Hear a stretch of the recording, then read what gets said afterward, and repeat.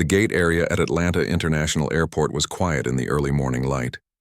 62-year-old Dr. Evelyn Carter sat near the window in a plain gray coat and dark trousers, her comfortable shoes showing the wear of a long international flight from Frankfurt.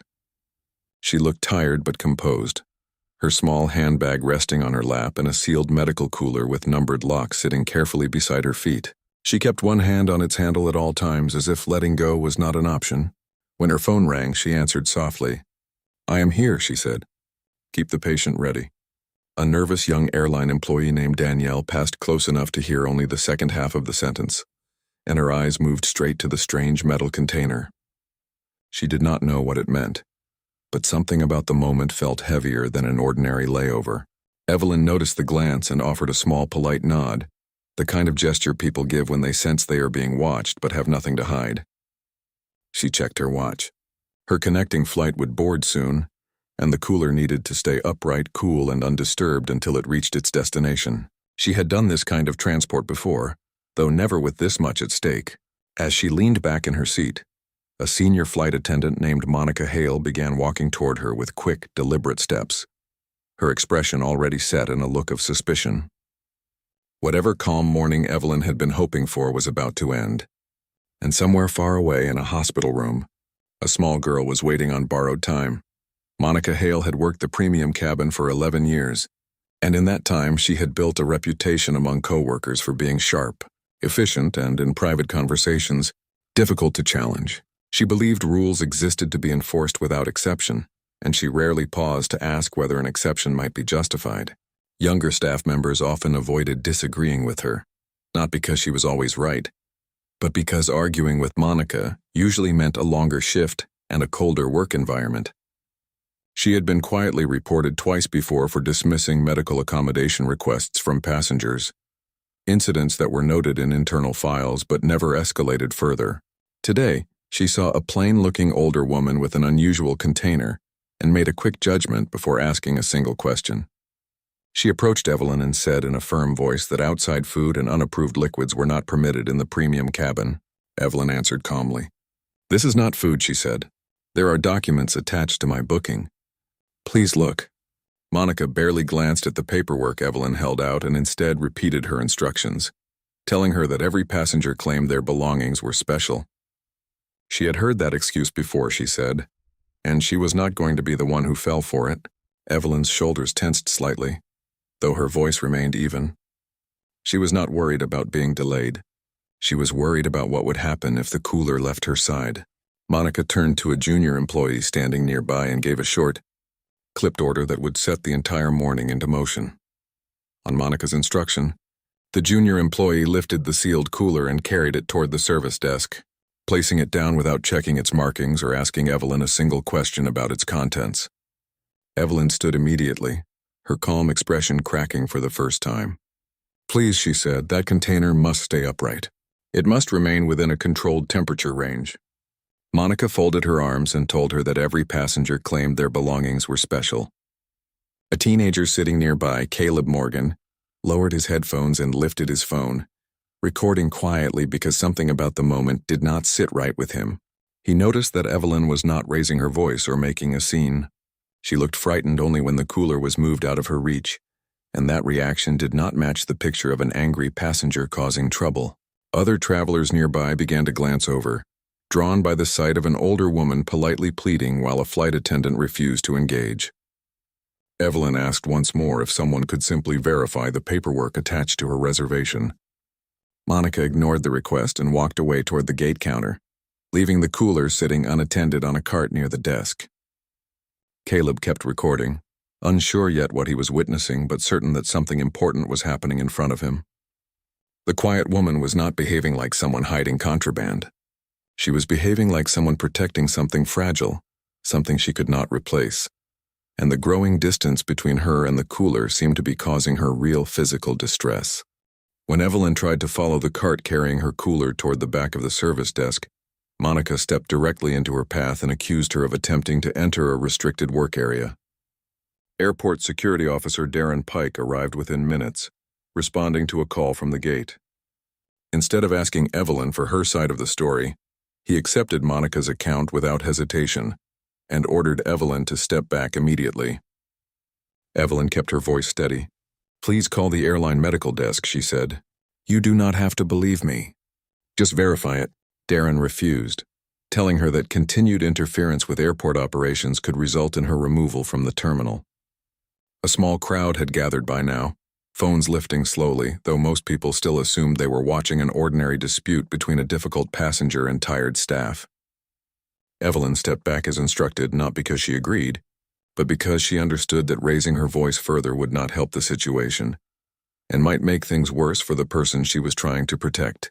She glanced toward the cooler, now sitting untouched near a busy service area, and something in her expression shifted from frustration to genuine fear.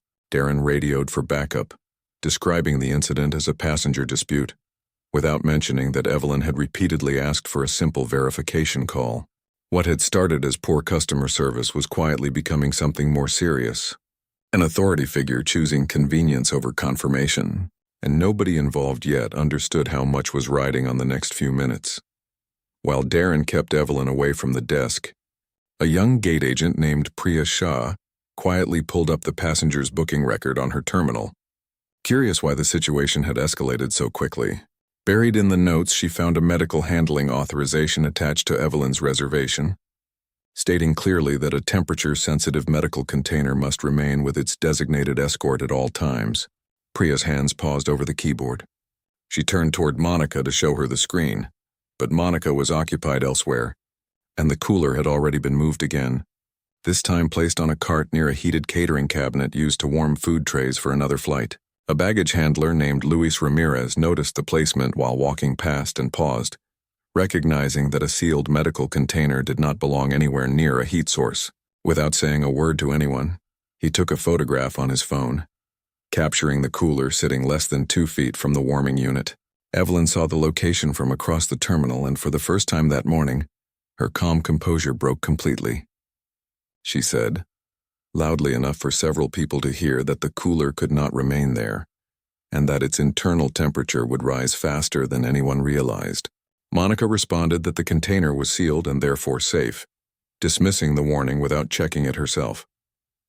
Luis quietly saved his photograph, uncertain what it might mean later, but sure that something about this situation did not look right. Caleb kept recording. Priya kept staring at the screen in front of her. The pieces of evidence were forming faster than anyone in charge seemed willing to notice.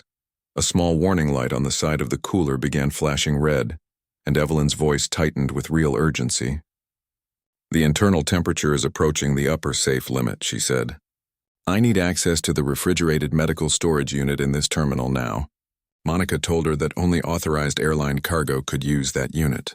At that moment, a traveling emergency physician named Dr. Samuel Reed, who had been watching the exchange from a nearby seat, stepped forward and asked to examine the external monitor himself.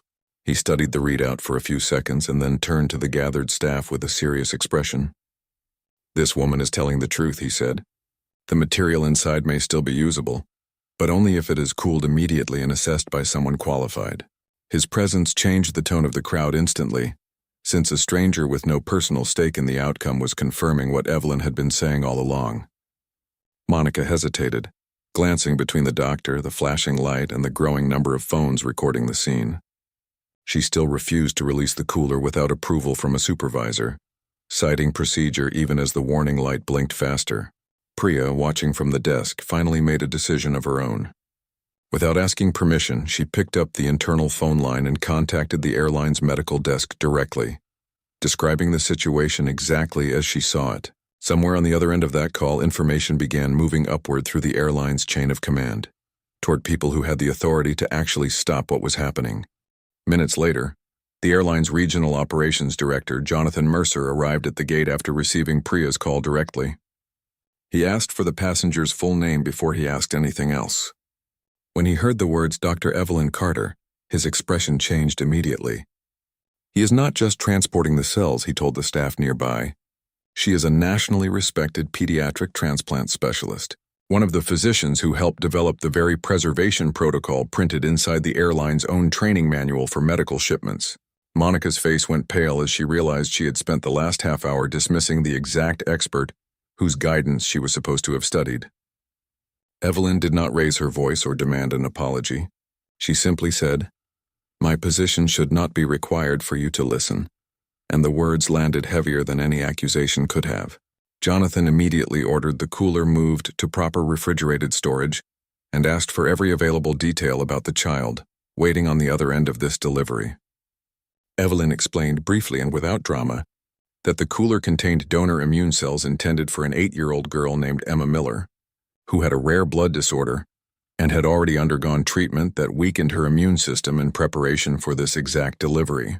The original courier had fallen ill in Frankfurt, and the hospital had authorized Evelyn to complete the transport herself. The reveal did not erase the last half hour, and it did not guarantee the cells were still viable. It only meant that for the first time that morning, the right people were finally paying attention. Technicians at the airport medical facility confirmed that the cooler's internal temperature had risen dangerously close to its failure threshold, though it had not yet crossed that line. The cells might still be usable, but only if they reached the hospital within a shortened window of time.